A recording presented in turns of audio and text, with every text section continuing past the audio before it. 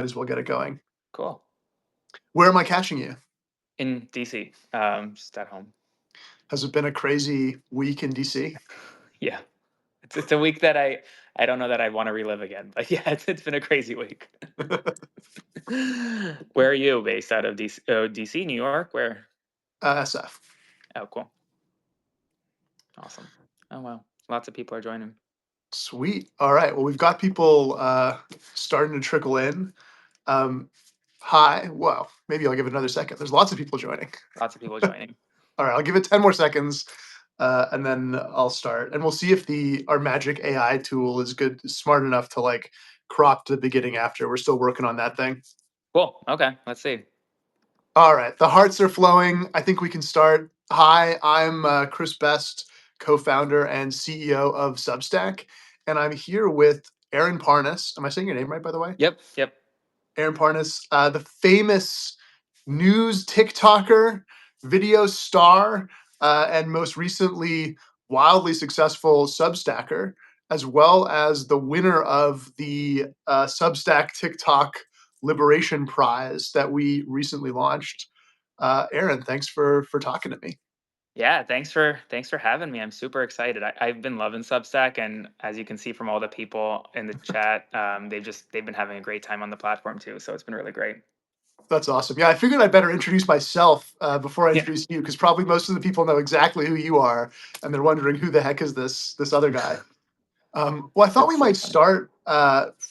I'm sure a lot of people know this already, but in case anybody joined from my audience and hasn't been watching closely, what's going on with this TikTok ban? Where are we at, and how does it Yeah. feel as a big TikTok creator right now? Yeah, it's a little weird. So TikTok's back online, but Donald Trump's 75-day kind of extension really didn't do much for companies like Apple and Google because the app still isn't on any of their app stores. You can't, if you accidentally delete it, you can't get back in. So it's a little weird. I don't know if payment processors are a little also slow over there. So it's kind of in this like twilight zone phase where you have this platform that's kind of huge and it's online and people can use it, but it's getting a little glitchy. Can't really access it on the app store anymore. Don't know if you're going to get paid out of it. And ultimately, in 73 days, it could very well be gone. So no one knows. And it's sort of, I mean, so Apple has not put it back in the App Store. It feels to me like it's a little bit unclear what the legal status is. It's not Yeah. obvious that the executive order is legal. Is that true? I mean, I think it's legal because the president can really do anything that he wants in a way. But I think it's interesting in that he didn't sign. So the ban bill actually has a 90-day extension that the president can sign if there is some movement towards divestiture. But here he signed a 75-day extension that was not really even an extension under the ban. It's just a non-enforcement executive Right. order and just says, "Hey, DOJ, don't touch these companies that want to keep TikTok around." So it's weird. I don't think it's enough for Apple and Google to put TikTok back on, which means that theoretically, over the next several weeks, what will happen to TikTok is you can't really update it on your phone. It'll get a little glitchy. Videos may not work as well, and eventually the app will kind of crash out. So we'll see what happens. It's just all a weird situation. And how does that feel to you as someone who's built this massive audience on the platform? Yeah, I mean, it's super concerning. Obviously, I think TikTok has been a great tool to kind of reach a lot of people, especially young people and just people kind of disenchanted in my space, at least from like the mainstream media. So finding other platforms has been like critical for my work right now, and that's why I'm on Substack. That's why I've been doing this for the past week consistently, or really 10 days now consistently, because the future of TikTok is so unknown right now. So that's a good segue. What first led you to consider starting a Substack? So I always wanted like to do kind of like a text-based newsletter type Mm. thing. And I've tried out other platforms like Medium and Mailchimp and all this other stuff, and nothing was just intuitive enough for me to kind of do the work that I wanted to do. And Substack was kind of the mix between like an email newsletter and a social media platform. So it kind of offered the best of both worlds. And then it also now offers all this video capabilities, whether it's the long form videos that I put out daily, or even like I can repost my short form content in the notes feature. So it kind of has like the notes, which is like Twitter, Blue Sky, right? It has the videos, which are like YouTube, TikTok, and then it has the text space, which none of the other platforms really have. So it's kind of the best of all three worlds, and I've been loving it. I'm glad to hear that. Yeah, we sometimes say that other platforms are built around some media format, but Yeah. Substack is built around you. It's a place people can subscribe to you and get everything you make, whether they like long live videos or short form video or quick text based things or long text based things. You can kind of like publish any kind of thing that you want. Yeah, no, for sure. And I think right now, a lot of people are really kind of looking for a platform that isn't owned by a billionaire or a foreign adversary, right? Like that can't necessarily be manipulated. And Substack really is that, right? Like I have full editorial control. Like you don't control what I put out. I could put anything I do out, not. right? Like there's no censorship. There's no kind of the algorithm doesn't push my content down if it doesn't like it for whatever reason. You have and what I like about it is like it's not a partisan platform. You have Republicans, you have Democrats, you have Independents, you have everyone on this platform kind of um, all pushing out content, and it's working. And that's what social media should be, in my opinion. So Well, it's really good to hear you say that because it's something we've worked pretty hard to do. You know, we have a strong commitment to freedom of the press. We have a yeah, strong commitment to like, this is all we do. We don't have, entanglements, political commitments, agendas beyond uh making this tool work for people. yeah, So I'm glad that's that awesome. that comes through because it's something that we put quite a bit of effort into. Yeah, for Um, sure. I gotta ask, how's it been going so far? How's your Substack experience? How is it compared to how you expected it to be? It's been better than what I expected it to be. It's been really cool. Like I've been able to really, I feel like we've been able to build a community here on Substack of like people who they may not even have their own newsletters, but they're just excited to read mine and others on here. And we're like talking in the threads, we're communicating every day, and they're like communicating with one another as well. It's not just me communicating with folks; it's like people who read my stuff communicating with one another too. So it's been really cool. It's been a great experience, and I'm kind of excited to see where the platform goes between now and like the end of the year, like the growth over the next year, because I think there's some really cool things that could be added and could be changed and could make it even better. So I'm excited. That's great. Well, now you're a creative advisor to Right. Substack after winning this prize, so you can tell us all the things we need to do to make it Yes. great. We did hit briefly number one in the App Store in the news category the other day, That's amazing. ahead of X and Reddit, as there That's was sort of this amazing. wave of people, many of whom were following you. So thank you for that. That was Yeah, very for exciting. sure. For sure. It's Um, been awesome.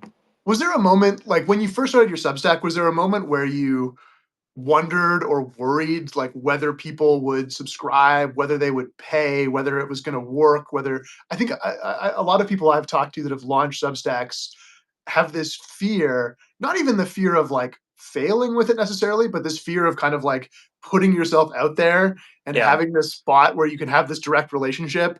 And then, like, what if nobody shows up? And like, what if it doesn't work? Did you have that at all? Or did you kind of know that it was going to work? I always thought okay, so I always thought it was kind of going to work because I love like I love my followers and I love kind of all the people that support my work and the community we built on the other platforms. I really thought would shine through even more on Substack. So I thought it was going to work for the content that I do. But I will say that like I think number one thing for like social media generally is like just doing it, right? Like not being afraid, just like putting your face behind a camera, putting content out and like just seeing what happens, trial and error. And ultimately not everything's going to work. Not everything's going to go viral. A few things will, but if you don't try, you're not going to succeed. So I get the fear, but like I personally didn't have the fear because I know my audience in a way, and I think if you know your audience, they'll kind of go with you wherever you are. That's awesome. And it's certainly been exciting to watch it all come together. We've been kind of blown away with everything you've been doing. It's And been cool. exciting. Congrats. Thank you. Well, one thing I wanted to ask you about is, to my mind, one of the benefits of Substack is that it's not a walled garden. We're not trying to convince you to come and like put things only on Substack and like keep it here and keep yourself siloed away. Part of the benefit is you can have a Substack. That's a place where people can reach you directly, can subscribe, can be part of the community, but also you can take that content and put it everywhere else. You can keep publishing to TikTok. You can keep publishing to YouTube. I think you Right. recently smashed. I heard you smashed some new records on your YouTube in a I way that was did. pretty exciting. I'd love to just hear from you. Like, how are you thinking about your overall strategy? How are you balancing video between platforms, and how do you kind of think about you know using all of these places to their fullest? Yeah, I mean, I'm a huge believer in diversifying kind of the platforms you're on because, like, TikTok, anything can go away in a moment's notice, right? So I think what I loved about Substack is that the long form content that I've been able to produce, like the 5 6 minute videos that I put out a day or like twice a day, they're automatically posted to my YouTube. So folks who don't necessarily see my Substack every day, they see my YouTube. And I am able to sometimes take clips from those and put them on my Instagram or my TikTok, right? So it's given me a tool to really be able to kind of diversify my platforms even more. Because I don't, the one thing I hate, and if anyone knows me, I hate video editing. I don't know how to do it well. I'm not good at it. Like, just I don't edit any of my videos. So I've always been hesitant to start like a YouTube channel or even do long form content. And Substack's really been able to, or has opened that door kind of for me. Even though I'm not really editing my videos still, it's just been able to like push out my content in ways that I haven't been able to do before. So it's been really cool. That's very cool. One of my hopes for this feature that we're using right now actually is that over time we can kind of like make the tools smarter and smarter so that you Yeah. can kind of show up, have an interesting conversation, say something, talk to the camera, make the thing in kind of a natural way. And as much as possible, we kind of help automatically edit, process, format. It's never going to be quite the same as having like a really talented editing team go through and do it, and some people will still do that. But I think the Right. the number of people, like if you are somebody as a amazing famous video creator, is someone that feels like heavy video editing is a barrier to you succeeding on YouTube, for example, or to making long form content, it kind of makes me feel like there must be a lot of people in that position. There must be a Yeah. lot of people who have something to say, something valuable, who have an audience who would love to hear from them. But it's hard to wrangle. Like I've done a little bit of this. I tried to make a podcast. It's just like there's a lot that It goes into it. yeah, and it's expensive, right? Like, you have to hire people to do it and, like, the lighting and all that stuff. I mean, I've gotten to the point where I kinda just roll out of bed and record videos and, like, whatever I look like, I look like. I don't really care anymore. But there are very few people, I feel like, who are in my position who would just put themselves out looking like a mess every day. No, I completely agree with you, and I think that, like, the more tools we can incorporate into whether it's the lives or just generally the platform to be able to kinda edit videos, would be really helpful for a lot of folks. Very cool. Well, I'd love to Yeah. ask you one more. I'd love to ask you one more thing Yeah. related to this. I mean, the thing that's maybe been surprising or interesting to me is seeing the number of people following you to Substack, talking about you, like, the hearts on this live stream have been just streaming the Yeah. entire time we've been here. If you're watching this after the fact, it's been this nonstop stream. And I've seen so many people that say they get their entire news diet from you, Aaron. Mhm. And they're sort of like, I trust you. This is like, this is my way of understanding the world. Yeah. How do you think, like, how does that happen? How do you think about that? How did you get to that place? Was that something you cultivated? That level of trust seems very high. And I'd love to just like hear how you think about that. Yeah, I mean, I think it's a few reasons. And I think number one thing is just honesty and like openness. Like, I don't pretend to be someone I'm not. I don't talk about subjects I don't know anything about. I try to give just the facts. Really, I try to keep my opinion out of it. And I'm also not necessarily beholden to anyone else or any big company or anything like that. Like, it's just me. And I'm not doing it to make money. I'm not doing it to like feed a bottom line. It's to just educate other people because like I feel as though like there aren't enough young people giving news updates on television. And a lot of my audience, whether young or older, kind of want to hear it from a fresh perspective, from a different voice. And I think the distrust in I've seen the distrust in mainstream media. I have my personal distrust with some media companies, and I wanted to do something differently. So I think that's kind of the way I approach all my content is just kind of straightforward, and people can form their own opinions from it.